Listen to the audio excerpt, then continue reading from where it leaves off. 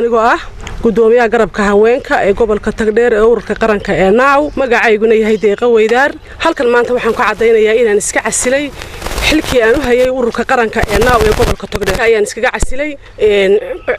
xilkii aan hayay waxaan halkan ka sheegayaa inaan ka bixi doono xisbiga kulmiye muddo dhawaana hadii Ilaahay gaarsiiyo aan ka diga rogan doono halkan ka ugu diga rogan doono iyo xisbiga waxaan kaga baxay iyo qaranka waxaan iskaga casilay waxaan ka soo sheegi doonaa gadaal dhammaan halkan waxaan maasay jumarinayaa dhammaan taageerayaashayda ku nool daafaha dunida iyo gobolka Tagdheer badan ay u badan yihiin waxaan idin leeyahay all station standby waynu diga rogoreynaa waa ina diyaar garowdaan magacayaga waxa la yiraahdaa garabka asalka kulmiye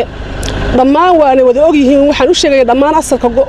garabka kulmiye inaanu ka bixi doono xisbiga kulmiye meeshaan u diga rogodan Ilaahay hadii gaarsiyo jimcaha dambe xaflad aan la arag oo la maqal loo sameyn doono garabka asalka kulmiye الحمد لله رب العالمين مدة 4 سنوات ayaan xilka hayay waxaan aad iyo aad ugu mahadnaqayaa haweenkii gobolka Tagdheer ururka qaranka Naaw ee labada jeer ii doortay ururka qaranka Naaw ee gobolka Tagdheer ee aan dhibaatadu naga dhaxaynin ee aanu gacmaysanay insha Allah bidmilaahi karim waxaan dilaayay idinkuna hayga hadhina ina keena ku biiriyo waanu la soconaa laakiin waxay mahmaah Soomaalida waxay taadaan bun hadii la waayo bedelkiisa la helaa haday xagga ku biiran anaguna waxaan ku biiri doonaa xisbiyada kale macaaradka ma cadhoonayo laakiin waan ku tala gashanaa in aanu isweydaarsano ayaguna ay xagga tagaan